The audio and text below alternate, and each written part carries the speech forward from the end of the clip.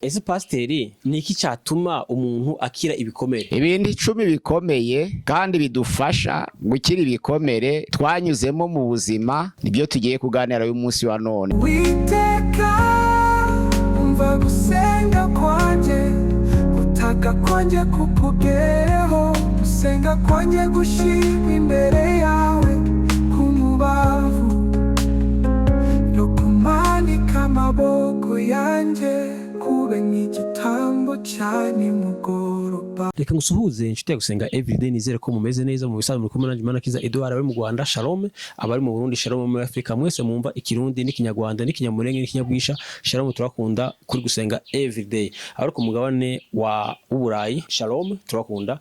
Abari ku mugabane wa Amerika tubaha ikaze kuri Gusenga Everyday. Abari ku mugabane wa Oceania mu kanano byacu tubaha ikaze mwese. Abari ku mpande zine z'isi tubaha ikaze kuri Gusenga Everyday. Mu kiganiro twigirana na Pastor aho Uraho neza? Amakuru yawe? Turakomeye. Umeze neza? Turi bazima. Pastor, mwatangira musuhuza abantu murasenga Imana. Turabakiriye kuri channel ya Gusenga Everyday, aho twamamariza ubutumwa, ababwakira badufasha gusharinga. Turabasabiye kandi tubifuriza umugisha uva ku Uwiteka. Mana, turagushimiye, ugize neza kuduha umwanya mwiza. Uri Imana ikomeye kandi uri Imana idahinduka, uko wari urejo ni kuri uyu munsi wa none kandi ni kuzahoraho iteka ryose. Tangiranye natwe ikiganiro, tugiye kwamamaza ubutumwa bwiza kugira ngo duhindure amahanga yose kuba bigishwa bawe. Mana, ubibemo, utangirane natwe kandi usozanye natwe kugira ngo ubutumwa bwiza bugiye kwamamara bubere umugisha ababwumva kandi bukomeze abo bugeraho bose, mu izina rya Yesu Kristo umwami wacu. Amena. Amena. Ese pasiteri ni iki cyatuma umuntu akira ibikomere? Hari ibintu 10 bikomeye kandi bidufasha gukira ibikomere twanyuzemo mu buzima nibyo tugiye kuganira uyu munsi wa none. None icyambere ni ukwizera no kwiringira Imana. Icya kabiri ni ukwemera ko Imana ikwitaho. Icya gatatu ni ukwemera imbaraga z'amasengesho no kubana n'Imana, gusenga no kubana n'Imana. Icya kane ni ukugira ubutwari bwo kubabarira n'uwaguteye ibikomere ufite. Ubutwari bwo kubabarira n'uwaguteye ibikomere ufite. Icya gatanu ni uko igihe duhumuriza imitima y'abantu twari dukwiriye gukoresha iby'Imana yahamishije ijambo ryayo. Ugahumuriza imitima y'abantu ukoresheje ijambo ry'Imana. Ico ni icya gatanu. Icya gatandatu rero tuye tuzirikana ibyiza Imana yakoze mu minsi ya kera. Kuzirikana no kwibuka biratandukanye. Ushobora kwibuka ariko kwizirikana ni uguha agaciro ibyiza Imana yakoze. Ntari ukugira ngo bize mu matwi gusa bigaruke mu bitekerezo, ahubwo guhana agaciro ibyiza Imana yakoze mu minsi ya kera. Ico ni ikintu ca ingingo ya gatandatu ikiza ibikomere. Ingingo ya karindwi ni ukugira ubutwari no kwigirira icizere mu bihe bibi. Icizere, kwigirira icizere ubwawe mu bihe bibi ni icya karindwi. Icya munane noneho rero ni ugushaka amahoro n'ibyiza. Icya cyenda ni ukwita ku mibereho yawe y'umubiri n'imibereho y'umwuka. Icya cumi giheruka, nubwo ibiza byaza, nubwo ibiruje byaza, nubwo ibikomeretsa byaba byinshi, ariko ukamenya ko iherezo ibibi bizashira. Ibi bizagira iherezo. Ngibyo ibintu 10 by'ingenzi umuntu agomba gutekerezaho bibasha gukiza ibikomere waba waragize mu buzima bwawe bwose. Pastor, urakoze. Tugwaye ikaze rero. Icya mbere rero kwizera no kwiringira Imana. Usomye mu gitabo ca Zaburi indirimbo nuvuga ngo igice ca 37 umurongo wa 5 haravuga ngo nibi biza bije ikoreza Uwiteka urugendo rwawe rwose, aba ari we wiringira nawe azabisohoza. Wikoreza Uwiteka. Zaburi ya 37 umurongo wa 5 bango ikoreza Uwiteka urugendo rwawe rwose, aba ari we wiringira nawe azarusohoza. Ariko kuri 55 umurongo wa 23 haravuga ngo ikoreza Uwiteka imitwaro yawe yose nawe azakuramira. Ikoreza Uwiteka imitwaro yawe yose nawe azakuramira. Niko ijambo ry'Imana ritubwira. ariko Zaburi 121 umurongo waho 121 umurongo wa mbere kugeza kwa gatatu haravuga ngo byakozwe n'umuririmbyi, n'ubuye amaso nkareba mu ijuru, ngo naravuze ngo mbese gutabarwa kwanje kwaturuka he? Ngo ariko ijwi riravuga ngo nta handi gutabarwa k'umuntu kwaturuka uretse ku Uwiteka waremye ijuru n'isi. Ijambo ry'Imana rivuga ngo ntabwo azakundira ko ibirenge by'umuntu biteguza, kuko umukurinda ni Imana n'Uwiteka, ntabwo azasinzira kandi ntazahunikira. Ibyo biduhesha neza imbaraga zo gukira ibikomere iyo uzi ko nta handi gutabarwa kwaturuka uretse ku Uwiteka. Abantu nabo kubabaza abandi, abantu nabo kuremerera abandi, abantu nabo kugora abandi cyangwa se gutoteza, ariko Uwiteka Imana wenyine niwe wita ku bituruhije. Ku ijambo ry'Imana ravuga ngo nta handi gutabarwa k'umuntu guturuka uretse ku Uwiteka. Uwategereje gutabarwa kuva ku bantu bimubera akaga, uwategereje gutabarwa kuva ku bindi bintu, ntabwo ibintu bitabara, nta nubwo n'abantu batabara, ariko Uwiteka n'ubuye amaso nkareba mu ijuru. Aravuga ngo ese gutabarwa kwanje kwava he? Ngo aravuga ngo nta handi gutabarwa kwanje kwava uretse ku Uwiteka waremye ijuru n'isi, ko ntazakundira ibirenge byawe ko biteguza, kandi ukurinda ntahunikira kandi ntasinzira. Iyo ni ingingo ya mbere ituma dukira ibikomere. Kwizera no kwiringira Imana bituma dukira ibikomere. Ingingo ya kabiri rero nuko twakwemera ko Imana itwitaho. Ijambo ry'Imana riravuga ngo Uwiteka ni umutabazi wanje, niwe byiringiro byanje, ese umuntu wo kwisi yantwara iki? Nuvuga ngo kwiringira ko Imana itwitaho. Imana yita ku bugingo bwacu, Imana yita ku buzima bwacu, Imana yita ku mibabaro yacu, kuko ni data. Imana yita ku mibabaro yacu. Imana itwitaho rero. Igihe wageze mu kintu kikuremereye icyo ari cyo cyose, uje wemera ko Imana iri kumwe nawe, kandi Imana itigeze iguhana na hato, kandi ko Imana ikwitaho, nta kizaguhungabanya uri kumwe n'Imana. Imana ikwitaho.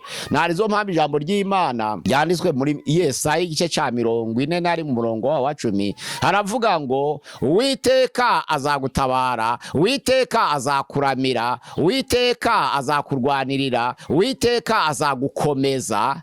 Muri Yesaya 40 umurongo wa 10. Ariko muri Yesaya 43 umurongo wa 2 haravuga ngo nunyura mu mazi nzaba ndi kumwe nawe, nunyura mu migezi ntizagutembana, nunyura mu muriro ntuzasha, kandi ibirimi byawo ntibizagufata. Ibyo ni ikigaragaza imbaraga z'Imana. Iyo uri kumwe n'Imana ubushigikiwe, uburengewe. Ariko usomye muri Yesaya 65 umurongo waho ya 24 haravuga ngo abazagera mu kaga bose batarantabaza nzabatabara, kandi bakivuga nzumva. Ni ukuvuga ngo kwemera kw'Imana ari umutabazi wawe, kwemera kw'Imana tabara igihe cyose wahuye n'akaga. Icya gatatu noneho rero gikiza ibikomere ni ugusenga no kubana n'Imana igihe cyose. Usomye mu gitabo cya Daniyeli igice cyaho cya 6 umurongo wa 22 abajenama abategeka bakuru bo mu gihugu c'abamedo Perse bagiriye Daniyeli inama yo kugira ngo bamwicishe, kuko yari atonye ku mwami Dariyo. Ariko bamugira inama. Ijambo ry'Imana rivuga ngo abajenama, abakuru, abategetsi bigira inama basanga umwami Dariyo batinya guhoraho Dariyo. Mu mategeko y'abamedi n'abaperesi atavuguruzwa hari iryibagiranye, kuko umwami yabyumvisemo kuramwa, kuko abami ba kera nyine bishimiraga ko babaramya bakabahimbaza. Yumvise ko harimo kuramwa aranezerwa, abatega amatwi, batinya guhoraho. Uko amategeko y'abamedi n'abaperesi atavuguruzwa, adahinduka, hari iryo twibagiwe gushira mu mategeko yacyo, kandi ni itegeko ridahinduka. Yumva aranezerwa ati nirihe? Atushireho itegeko rivuga ngo mu minsi 30 umuntu uzasenga indi mana atari wowe nyaguhoraho Dariyo azajugunye mu rwobo rw'intare. Dariyo yumvise ko ari ibyo kumuhimbaza, Dariyo yumvise ko ari ibyo kumushira hejuru, Dariyo yumvise ko byahiswemo n'ibikomangoma n'abami n'abategetsi ndetse n'abakuru b'igihugu. Aranezerwa, arabyemera. Rya tegeko ryo kujugunya mu rwobo rw'intare umuntu utamuramije mu minsi 30 arishiraho ikimenyetso. Bagiye gukora iperereza basanga rya tegeko ni iryo gushakisha ngo rifate Daniyeli rimufashe. Umwami arababara, ariko ntabwo yagombaga kwivuguruza kuko amategeko y'Abamedi n'Abaperesi ntavuguruzwa. Arababara, agira agahinda, ntiyafata ku byo kurya. Ijambo ry'Imana riravuga ngo nta kundi byagombaga kuba n'ukuzana Daniel bakamujugunya mu rwobo rw'intare, ariko ijambo ry'Imana riravuga ngo bamujugunye mu rwobo rw'intare bitera Dariyo agahinda. Ariko akangutse mu gitondo kubera agahinda gakomeye ko Daniel yari atornye kuri we cyane, kandi yari yaramuhisemo mu batware batatu bakomeye kugira ngo baje bamugezaho iby'ingenzi adatubirwa. Noneho mu ntara 127 zigabamo gatatu aziha abantu batatu b'ingenzi. Urumva umwe yafashe kimwe cya gatatu Dariyo yagifite. Daniel agifite ibibaza Abamedi n'Abaperesi, ni umwanya bari bakeneye ariko ntibawubona, nibwo bamugiriye inama yo kumugambanira. Ariko ari mu rwobo rw'intare yarayemo. Umwami Dariyo arahaguruka aravuga ati, Daniel mugaragu w'Imana ihoraho, mbese Imana yawe yavuga gukorera yabashe kwikiza inzara z'intare?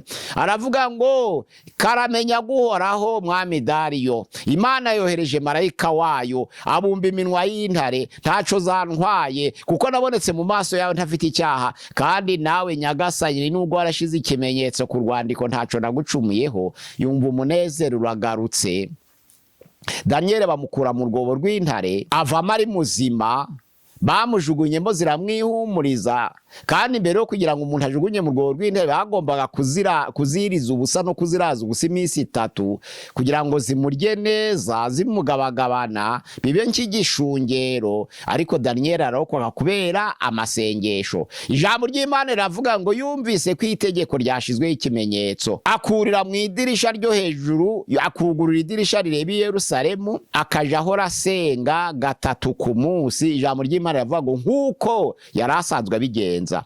Ntabwo yari amatakira ngo yibura. Daniel ari mu mahoro yasengaga 3 buri munsi, yaba ari no mu makuba agasenga 3 nk'uko asanzwe abigenza. Hari abantu basenga bagashiraho imbaraga kubera ibibazo byaje, ugasanga ntabwo ari ugukunda Imana ahubwo bihindutse amatakira ngo. Umuntu ukunda Imana asenga mu bihe by'amahoro no mu bihe by'amakuba, ariko umuntu usenga mu bihe by'amakuba gusa no amatakira ngo ariko ntabwo ari inshuti y'Imana. Ariko inshuti y'Imana isenga mu mahoro no mu makuba.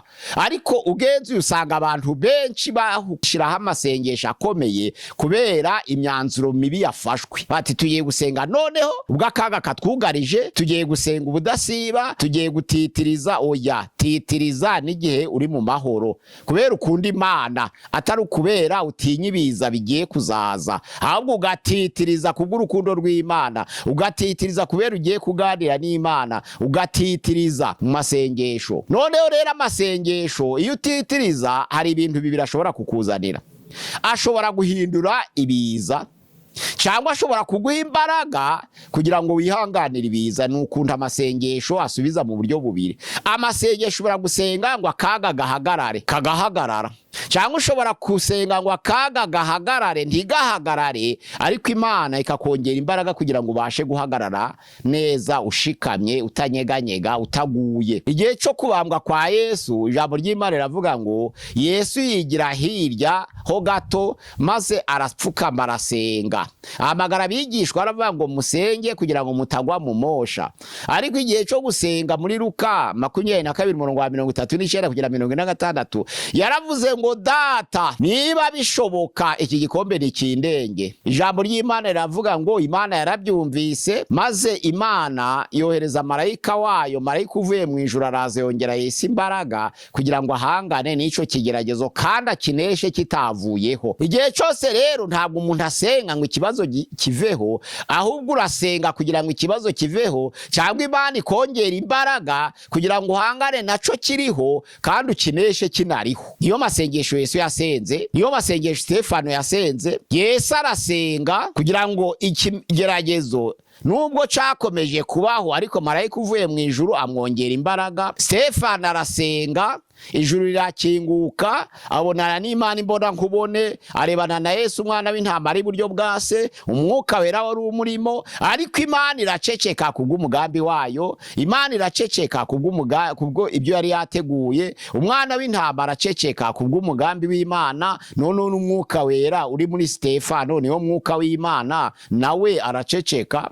ariko Stefano agiye kuva mu mwuka aravuga ngo Mana ubababarire ico cyaha, ubababarire icyaha bakoze, ubababarire ntibanabyumva kuko batazi ico bakora. None harangiza asabira umugisha abamurenganya, ni ukuvuga ngo Imana ishobora kuwemera ko ikigeragezo kikugeraho kandi wasenga ntiyemere ko kivaho, igashaka ko uhangana naco ahubwo ukakinesha kiriho, kineshe kiriho. Ntabwo Imana izakuraho ubugumba, ntabwo Imana izakuraho ubupfakazi, birababaza. Ntabwo Imana izakuraho uburwayi, birababaza. Ntabwo Imana izakuraho inzara, ibyo ni ingaruka z'icyaha. Ariko Imana ikakongerera imbaraga kugira ngo wihanganire indwara, Imana ikakongerera imbaraga kugira ngo wihanganire ikiza cy'inzara, Imana ikakongerera imbaraga kugira ngo wihanganire ikiza cy'intambara, Imana ikakongerera imbaraga kugira ngo wihanganire ikiza cyo gupfusha, Imana ikakongerera imbaraga kugira ngo wihanganire ikiza cy'ubugumba, Imana ikakongerera imbaraga kugira ngo wihanganire ikiza cyo kugira urubyaro rubi. Nuvuga ngo Imana ikemera ko uhangana nabyo ariko bihari. Ico ni bundi buryo bwa kabiri Imana ibonamwe ibintu. Noneho rero icya kane gikiza ibikomere nuko wagira ubutwari bwo kubabarira ndetse n'abakuzaniye ibikomere. Ni ingingo ya kane yo gutsinda no kuva mu bikomere. Kababarira umuntu wabaye nyirabayazana w'ibikomere ufite, kuko muri Matayo 6:14-15 haravuga ngo nubabarira abantu ibyaha bagukoreye na so mu ijuru azakubabarira, ariko nutababarira abantu ibyaha bagukoreye na so mu ijuru ntazakubabarira. Kandi ijambo ry'Imana riravuga mu Baroma igice cya 12:18 ngo ubane n'abantu bose uko bishoboka amahoro. Ariko ku murongo wa 13 turavuga ngo guhorana ukuwiteka ninjuzitura umuntu ibihanye n'ibyo yakoze. Weho umwanzi wawe nasonza uzamugaburire, nagira inyota uzamuha ico kunywa. Ijambo ry'Imana avuga ngo nugira ubutwari ukagira utyo uzaba umurunza amakara ku mutwe, ariko yewe uzarokoka. Ijambo ry'Imana mu Baroma igice cyaho ca 12:21 ikibi cye kubanesha ahubwo muneshe ikibi iciza. Ikibi cye kukunesha, ikibi cye kubanesha ahubwo mugira ubutwari munesheshe ikibi iciza. Ariko mureke guhora kubuku Uwiteka, mureke kwitura kubuku Uwiteka. Weho ushinzwe kugirira neza abakurenganya, nkuko muri Matayo 5:43 ravuga ngo mwumvise ko byavuzwe ngo ukunde mugenzi wawe ariko wanga umwanzi wawe. Ariko je ndavuze ngo musabira ababarenganya, mukunda abanzi banyu kugira ngo mwitwa abana baso wo mwijuru. Ko natwe ubwacu turi babi ariko turebere ku Mana. Ituvubira imvura kandi turi babi, ikatuvushiriza izuba kandi turi babi. Ijambo ry'Imana avuga ngo ko mu Imana ibahimvura ikabavushiriza imvura muri babi kandi ikabamurikishiriza izuba muri babi. Ese wowe nukora ibyo ukorera wakunda akora uzabutandukanye n'umunyamahanga. Nidukunda abadukunda tuzaturushije abapagani nabo barabikora, nitugirira neza batugiriye neza tuzaturushije iki abapagani nabo barabikora. Ariko ijambo ry'Imana yavuga ngo nitugira ubutwari bwo gukunda abanzi bacu, tukagira ubutwari bwo gusabira abaturenganya, ngo nibwo tuzitwa abana ba Data wo mwijuru. Kandi kuri 48 aravuga ngo noneho mbe mukiranuka nkuko so wo mwijuru akiranuka. Gukiranuka nga Data wo mwijuru ntaru kugirira neza batugiriye neza gusa, ntaru gusabira abadusabira gusa, ahubwo nugusabira n'abaduhemukiye tukagira neza batugiriye nabi. Uko kunesha noneho ibikomere nugubabarira n'ababaye ba nyirabayazana bibyo bikomere. Icya gatanu noneho rero duhumuriza imitima y'abagize ibikomere, kandi tukabahumurizisha kubasengera, tukabaririmbira, tukabaha ijambo ry'Imana. Ariko guhumuriza kwacu duhumuriza abantu bahuye n'ibikomere, twe dukoresha ijambo ry'Imana. Ku ijambo ry'Imana ni itabaza ry'ibirenge byacu kandi ni umuco umurikira inzira tunyuramo.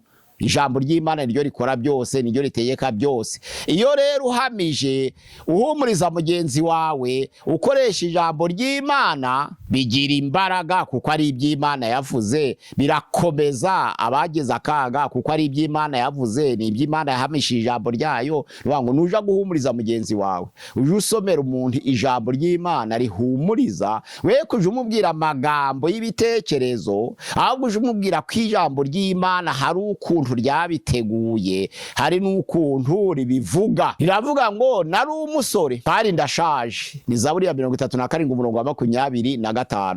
Ntabwo rero nabona umukiranutsi w'Uwiteka aretswe, kandi sinigeze mbona urubyaro rwe rusabiriza ibyo kurya. Ni ijambo ryahumuriza umuntu wishwe n'inzara, waburaye, umuntu wabuze ico gutamira, warebye hepfo no haraguru agaheba, ukamubwira uti nari umusore none ndashaje. Byanditswe mu Byanditswe Byera. Niba ukiranuka rero ntabwo urarekwa, ntabwo umukiranutsi w'Imana arekwa, kandi ntabwo urubyaro rw'uwo mukiranutsi ruzigera rusabiriza ibyo kurya, kuko ari umukiranutsi wiringira Imana. Nuvuga ngo muhumurize ukoresheje mu Baheburayo 13 umurongo wa 6 aravuga ngo Uwiteka ni umutabazi wanje sinzatinya. Ese umuntu waturuka hirya arantwara iki? Biri mu ijambo ry'Imana. No ugahumuriza umuntu ukoresheje ijambo ry'Imana, uri gutotezwa na rubanda, ukamubwira ko Uwiteka ariwe mutabazi wawe, kutazatinya, ko umwana w'umuntu atagira ico agutwara. Umwana w'umuntu yantwara iki? None ingingo ya 6 yatuma abantu bakira ibikomere, nuko twazirikana ibyiza Imana yakoze mu buzima bwacu bwa kera. Hari byinshi yakoze. Kuba Yesu Kristo yarabambwe kubera ibicumuro byacu byonyine birahagije. Ico gitambo, agaciro cy'igitambo ca Yesu, kuba twari turabo kurimbuka, twari turabo kwangwa urunuka, ntabwo twari turi ubwoko, twari tutagira Imana rurema, twari twarazahaye, twaratatanye, ariko Uwiteka Imana akadutekerezaho, agatanga umwana we w'ikinege kugira ngo uwizera wese atarimbuka, tugaha agaciro ico gitambo ca Kristo. Ni ibyiza Imana yakoze mu buzima bwacu. Muri Zaburi 143 umurongo wa 5 kugera kwa 6 aba ngo nibutse iminsi yanje ya kera, kibuka ibyiza wakoze mu buzima bwanje Mana, nanje nkuramburira amaboko. Nibutse ibyiza wankoreye mu buzima bwanjye, nibutse ineza yawe mu buzima bwanjye, nibutse igitambo ca Kristo. Kuko ijambo ry'Imana yavuga ngo ikigaragaza urukundo rw'Imana kuri twe nuko Kristo yapfuye tukiri abanyabyaha. Kigaragaza urukundo rw'Imana nuko Kristo yapfuye tukiri abanyabyaha. Narizo mpamvu yo tuzirikanye iby'Imana yakoze. Twari turabo kurimbuka, twari turi ibivume, twari tutari ubwoko bwayo, ariko Imana ikatutekereza, ikibuka ko natwe turabo gucungurwa, igatanga Yesu Kristo tudasabye imbabazi, tudapfukamye, ahubwo kubw'umugambi w'Imana no gucungura kwacu ikabitekereza kugira ngo tubeho. Imana ni nziza cyane kuko ituzirikana muri ubwo buryo. Imana irakomeye. Hari igihe Mose nawe yigeze yibutsa Isirayeli, muraja mu bigirwamana, mufite Imana, ibitangaza yakoze mu gihugu cya Egiputa mwarabibonye, ariko murahangaye mwiremera ikigirwamana cy'ikimasa, mwiremeye ikigirwamana. Ntabwo mwibuka imbaraga Imana yakoresheje, imbaraga nyinshi n'amaboko akomeye kugira ngo bakure mu Egiputa. Ntabwo mubyibuka. Aka kanya muribagiwe n'ibitangaza Imana yakoze kugira ngo Farawo n'ingabo ze bitabarimbura, ariko Imana ikabazirikana, igakoresha imbaraga zikomeye kugira ngo mubashe kurokoka muve mu gihugu ca Egiputa. None kano kanya mugeze mu butayu, muribagiwe iby'Imana yakoze. Kano kanya, akanya gato gusa mwibagiwe ibyiza Imana yakoze, akanya gato gusa muribagiwe. Murabona ko atari akaga gakomeye kuri mwe no ku mitima yayo. Uje uzirikana ko mu buzima bwawe hari ibyiza Imana yakoze n'abandi bifuza.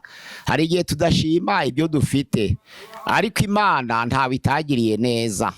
Nubwo iby'Imana yakugiriye ubimenyera ukabyita bito cyangwa se ndubiha agaciro, ariko Imana abantu bose yabagiriye neza. Imana yacu yabwa icubahiro. Ingingo noneho ya 7 idukura mu bikomere ni ukwigirira icyizere wowe ubwawe mu bihe bibi. Kwigirira icyizere.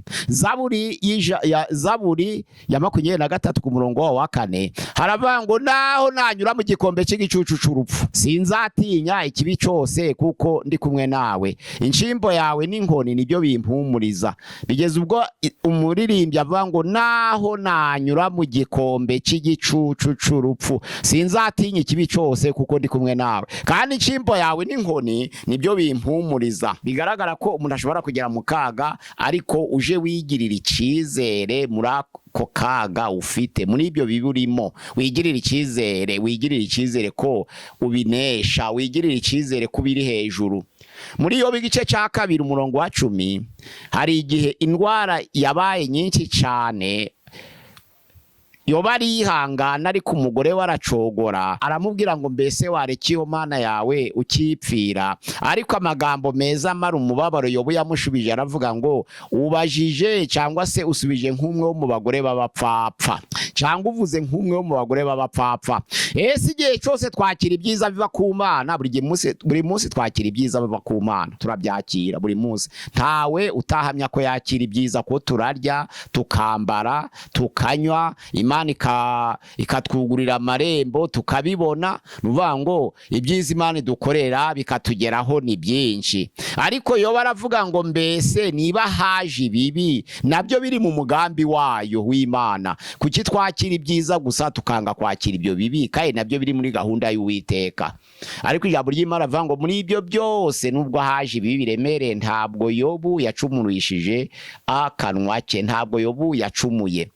Nukuvuga ngo twakwakira ibyiza bya buri munsi, ariko hazi ibibi by'akanya gato, kandi nabyo biturutse ku Mana mu buryo bwo kudukomeza, noneho tukababara, tukanga no kubyakira, tugatangira kuvuma Imana, babwa bakagira ibitekerezo nk'iby'uwo mugore wa Yobu. Ariko iyo ibi bivuje bije mu mugambi w'Imana, ari ibyo kugukomeza, aba ari ibyo kukubaka, aba ari ibyo kukwigisha. Narizo mpamvu ijambo ry'Imana rivuga ngo nimugurwa gitumo n'ibibagerageza by'uburyo bwinshi, mwe gucogora, kuko kugeragezwa ko kwizera kwanyu aribyo bizana kwihangana, kandi mureke kwihangana gusohoza umurimo wanyu, muboneke imbere y'Imana mutunganye kandi mutabuzeho na gato. Uko kugeragezwa ko kwizera kwacu gutuma kwihangana kugira imbaraga, kwa kwihangana kwacu kwasohoza umurimo wako, tukagaragara imbere y'Imana ko dutunganye kandi tutaburaho na gato. Ni mu rwego rwo kudukuza. Imana rero yemera ko n'ikigeragezo kikugeraho, ariko mu mugambi wo kukubaka, kuko iby'Imana yemera ko bitugeraho wose aba ari ukutuzanira ibyiza byose. Ku bakunda Imana mu Baroma igice cyaho cya 8 umurongo wa 28 haravuga ngo ku bakunda Imana ibintu byose bifataniriza hamwe kutuzanira ibyiza, aribo bahamagawe nk'uko Imana yabigambiriye. Ku bakunda Imana, Imana yemeye ko ibyiza biza biba byiza, niyo yemeye ko ibibi biza nabyo biba byiza muri gahunda y'Uwiteka. Ku bakunda Imana byose bifataniriza hamwe kubazanira ibyiza, ari mwe mwahamagaye nk'uko Imana yanyu yabigambiriye ikabahamagara. Ibibi ni ibyiza iyo bibaje Imana ikabyemera, biba ari byo kubazanira ibyiza. Tugomba kwigirira icyizere rero mu bibi, kuko iyo Imana ibyemeye bituzanira ibyiza. Usomye Yobu igice cya 13 umurongo wa 15 haravuga ngo naho yanyica nzapfa nyiringira, naho byaba bityo inzira zanje nzazikomeza imbere y'Uwiteka. Naho Imana yanyica nzarinda mpfa nyiringiye, kandi naho byaba bimeze bityo biremereye, ariko nzakomeza inzira zanje imbere y'Uwiteka. Yo ni ijambo ry'Imana rivuga ngo tukwiye kwigirira icyizere mu bihe bibi. Noneho rero ingingo ya 8 iratubwira ngo mushaka amahoro n'ibyiza. Mu Baroma igice cya 12 umurongo waho wa 18 haravuga ngo mugire umwete wo kubana n'abantu bose amahoro. Noneho mu Baheburayo igice cya 12 umurongo wa 14 naho aravuga ngo mugire umwete wo kubana n'abantu bose amahoro, n'uwo kwezwa kuko utejejwe atazabona Imana. Kuvuga ngo mugire umwete wo kubana n'abantu bose amahoro. Mu Baroma aravuga ngo kubana n'abantu bose amahoro niba bishoboka. Ese kubana n'amahoro n'abantu bose amahoro niba bishoboka? Mugire umwete wo kubana n'abantu bose amahoro niba bishoboka.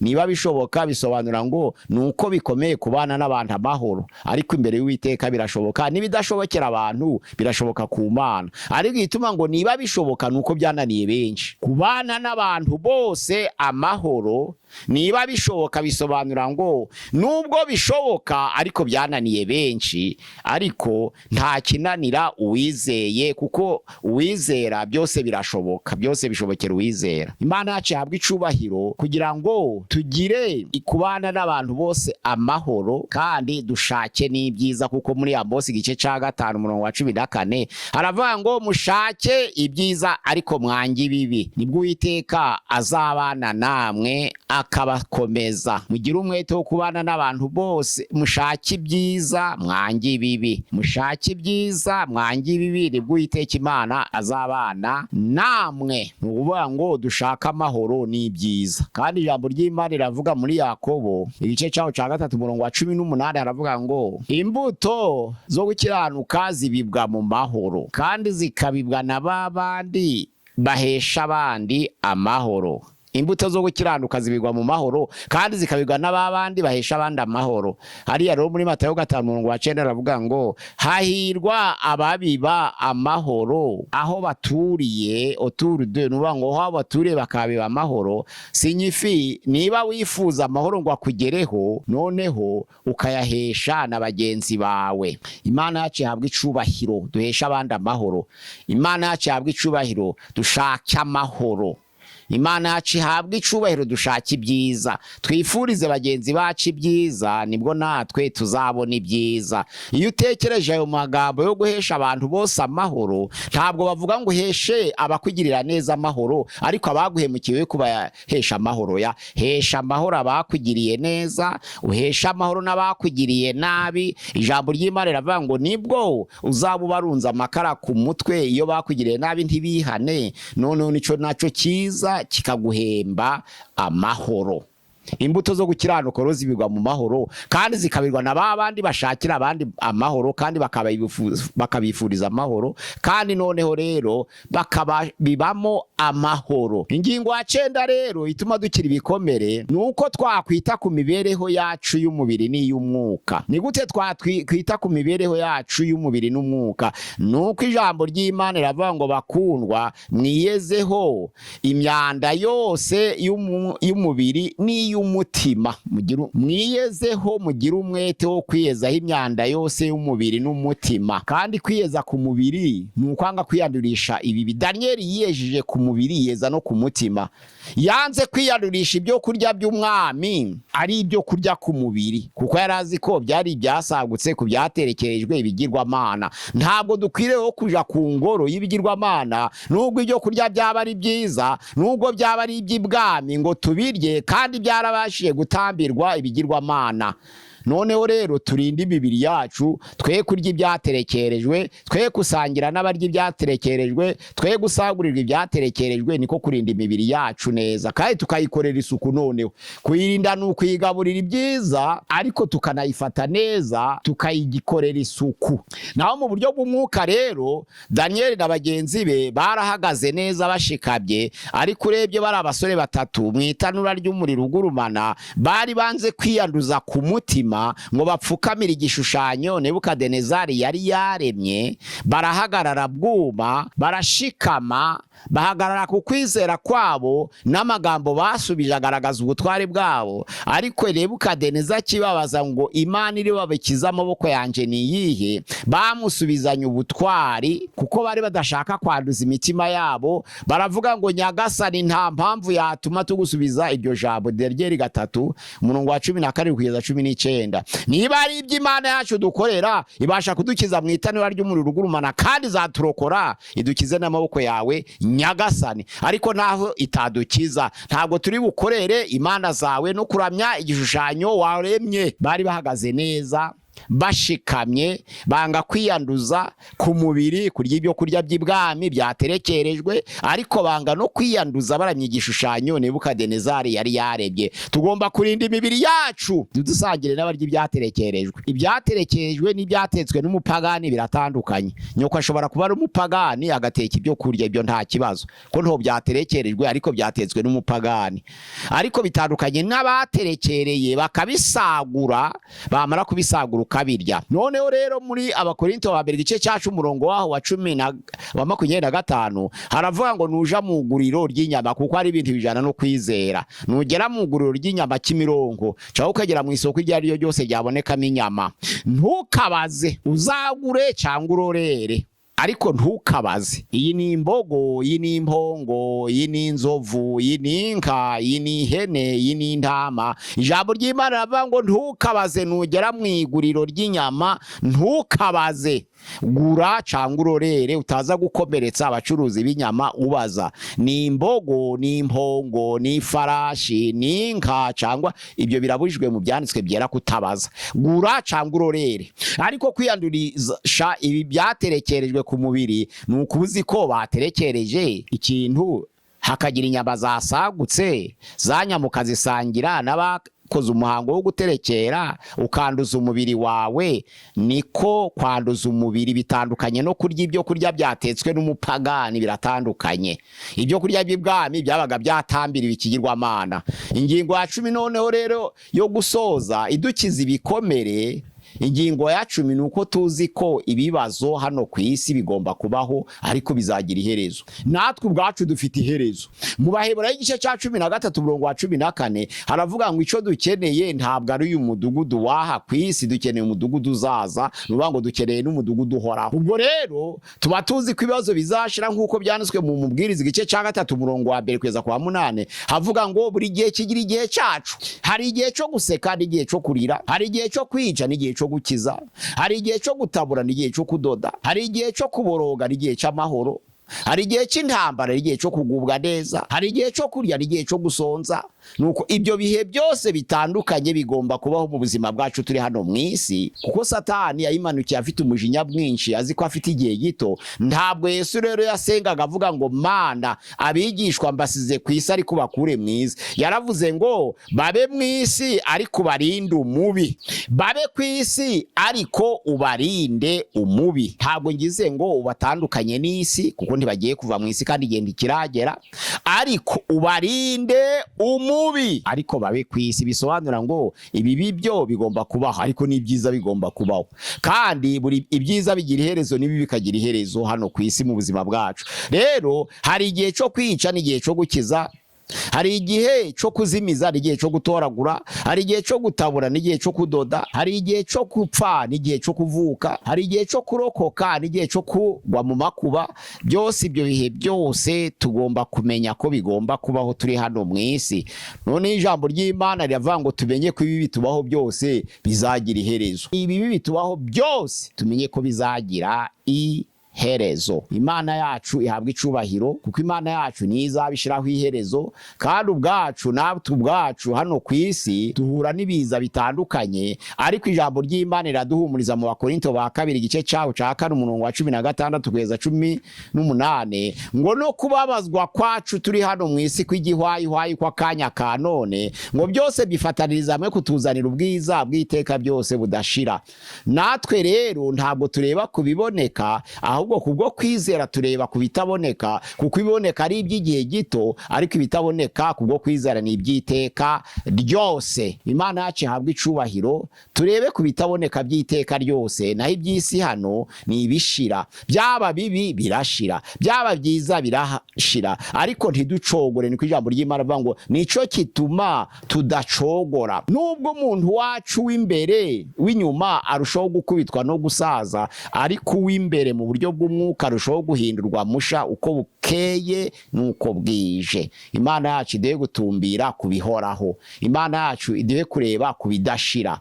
Imana yacu dukomeze kugira ngo muri izo ngingo 10 zidukize ibikomere tuzizirikane zose, kugira ngo tubashe kubana n'Imana kandi tubashe kuzaragwa ubugingo buhoraho Yesu nagaruka. Tubyambaje mu izina rya Yesu Kristo umwami wacu, amina. Pastor, reka tugushime tukubwire ngo Imana igumugisha. Reka dushimire na warubanye natwe muri cyane tukubwire ngo Imana igumugisha.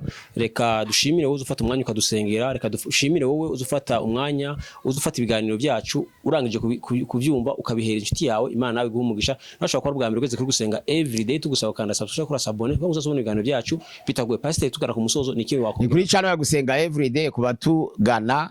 Imana ibaha umugisha. Turabaha nimero ni 0786669620